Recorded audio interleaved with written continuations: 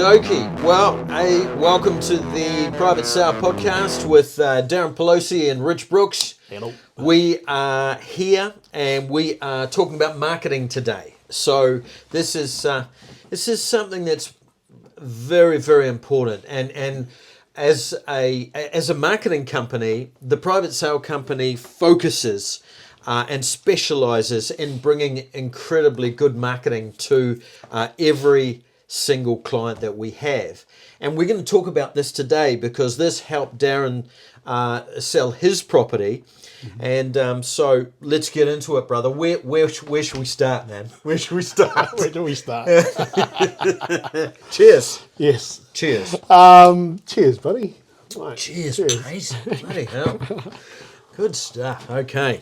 Anyhow, where do we start with marketing? Where do we start with marketing? Well, I mean, heck, the Private Sale Company provides three different packages, mm-hmm. and I think we did a middle package for you guys when you were doing it.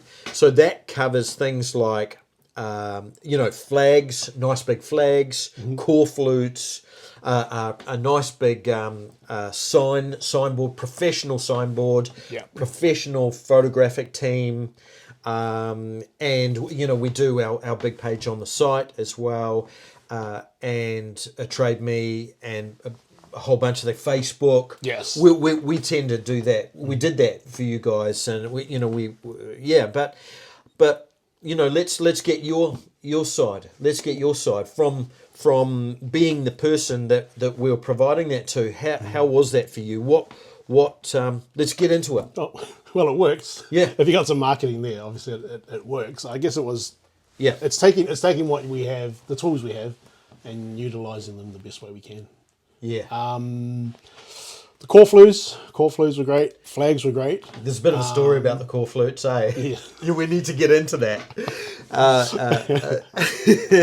Darren's property was in Taupo, and there was just we're gonna get into the Corflute story soon. Okay, well, the first story about putting the Corflutes out the day before, is not a good one. Now this is the road signs. The road sign. You see them around the place with the real estate agents. Well, with the Private Sale Company, we provide those to our clients, and they place those where they want to place them. So let's get into it. Yeah. So the important thing about the Corflutes, don't get them out too early.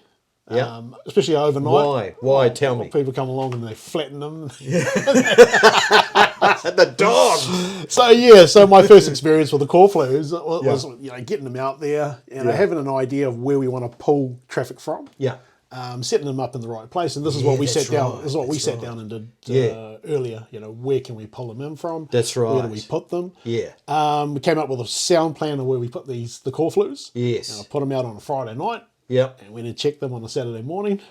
and not one of them was standing where I left them. Really? Yeah. No, so... That's right. I remember that. That was the first... Yeah. The first learning curve was put them out the morning of. Yeah. Early. Early in the nice morning. And early. Yeah. Basically, went up and down the road, found them all, luckily, and put them in place. The thing about what I did with the Corflutes is we try to bring everybody in from the lakefront, main road, lakeside. So big roads where you get a lot of traffic through, and that was always going to be key, because the property is in from the main roads. How many k's would you say it's probably 1.5 k's? Or, 1.5 to 2 k's from that main lakefront area where we're trying to bring in the potential buyers from. Yes. And you did. And we did. We did. But we had to. Well, me. Yes. I would first put the signs out first thing in the morning, and then go around and I just visualize, see if I was the potential buyer coming past. Yeah. Can I see these signs? Yes. The first thing I saw was the colours are very different from everybody else. So they on their own they stick out. So most definitely, that was one. Another thing was just signposts. Yeah. Oh shucks, I've got that set up, and there's like a signpost going straight down the middle of the Corflute, Yeah. which I wouldn't have seen because I put them up there. It's, Yeah. it's from a distance. It's gonna be like, next time around, I need to change that. Yes. It needs to come Oh, further do out. you mean from actually when you're driving, you're placing the Corflutes, and then when you're driving, you're actually seeing where the lamp Yeah. posts are. So originally, so they're you blocked. think I can see this, I see it okay. both ways. Yeah, for sure. And then I'd go for a bit of a drive around, have a look, and then Yeah. think, wow, there's a signpost. Say here, Yeah. my Corflute's there, and Yeah. it's sort of like, me, I like to see the whole thing. Yeah. It didn't take much away from it, but I was like, okay, I need to adjust that and put it somewhere else. Cool. So every single weekend we had the we had the open homes. Yeah.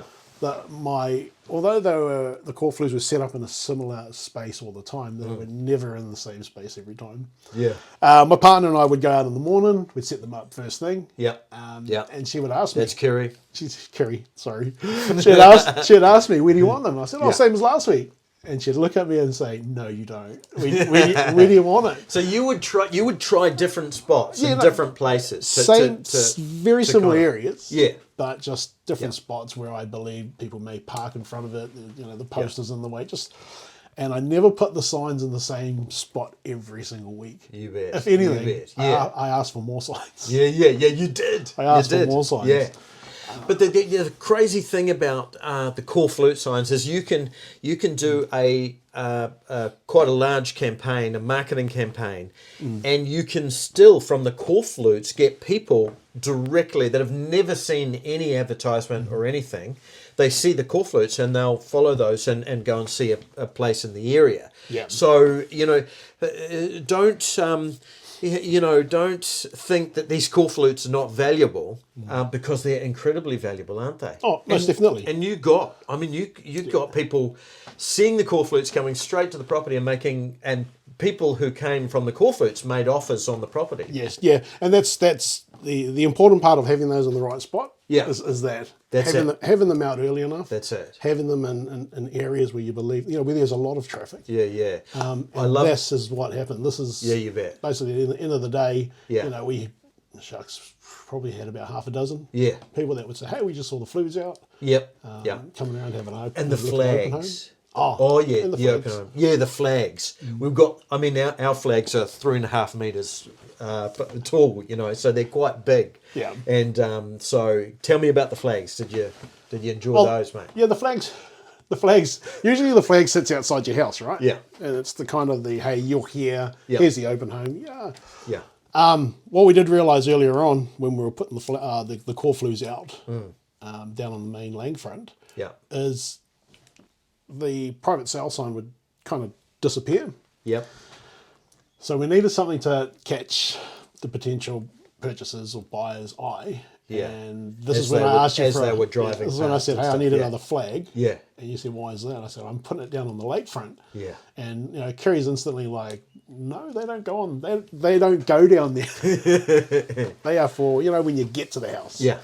But I like that way of thinking. Breaking the rules and kind of doing things differently, which is exactly what you did. And then when Love that. you see the sign, like you can see it a mile away. Yeah. You see it a mile away. You look directly to the bottom and you see it. Beautiful. Private sale company. Well, they're 3.5 meters tall, so you're going to see that. Gives you You're gonna all see that. those suckers. And that it's a busy corner where we set up the Corflutes and the flag. Yeah. So it was about getting the potential buyers to recognise this particular open home. Yes. On that corner, you'd have multiple signs from different local real estate agents. Yeah. And it was about trying to make yourself more visible. Yeah. It's hard to do when they've got 50 signs down there. Yeah. And that was it. Bigger is better. So that's why I planted that open home flag there. Well, that's what we love doing. Look, with the private sale company, we're actually like kind of doing things a bit differently or doing things louder, Yes. or so that the private sellers are actually getting bang for buck for their marketing and that's what we do. I mean, the signboards that we do then. big signboards. Yep. We have flyers as well. I mean, remember the flyers that we put out? Yes. I remember coming down and we me and Cindy, we gave out 1,000 flyers ourselves, and then you guys were down there doing the flyers as well.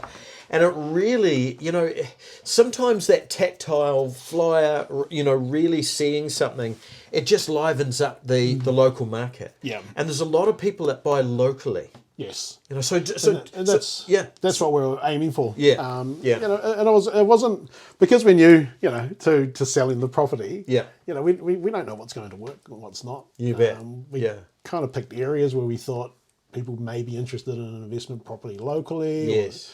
And we just went and delivered them in specific areas. Yeah. Did we know it was going to work? It's sort of a touch and go. Yeah, well, I mean, that's the thing. I mean, if you're covering multiple levels, you're talking about covering it, doing our platinum package on Trade Me, doing the signs, really professionally, doing the flyers really professionally, and doing the Corflutes and flags. So I think that's, you're presenting a really solid kind of campaign there. So, and you did that bloody well, mate. And consistency. Consistency. You have to be consistent. Yeah, when you guys didn't have people through, I mean, that must have been tough. Yeah. That must have been tough. Well, we had, when we didn't have enough people, so we go into this with the expectation that, we have dozens of potential buyers come through every open home. Yeah. The reality of it was we had one or two come through, but it was a consistent flow of potential buyers that would come through. Yes. And in the end, after a 6 to 8 week campaign, we'd had over 30 to 40 potential buyers that had come through the property. That's great. And even through, like the Trade Me and website. Yeah, the applications. They'd call direct.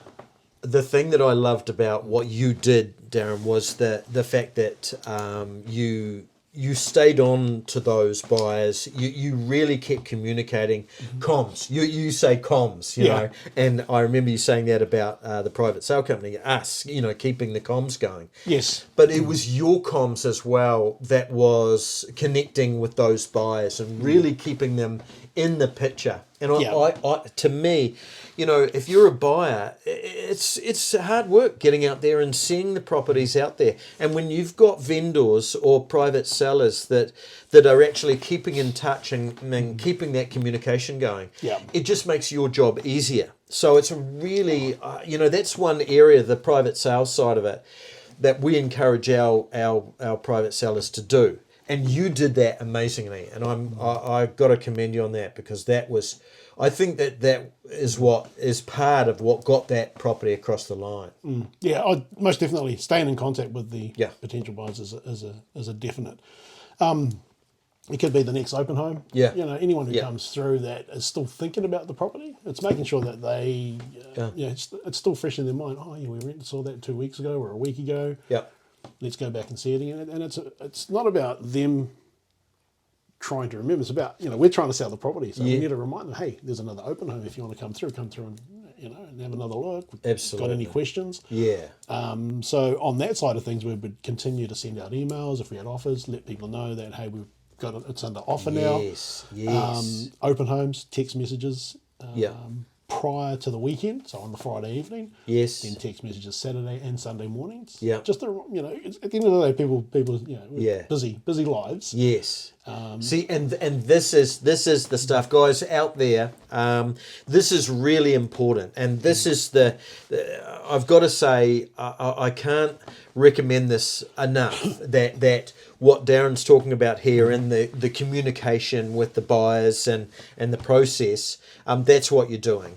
And if anything, we recommend private sellers to be doing this and connecting like Darren has. So, I mean, that's the key. It's certainly appreciate Yeah. For everyone who didn't want to receive a text message because they had, possibly purchased another property in Taupo somewhere. Yeah. But just let us know.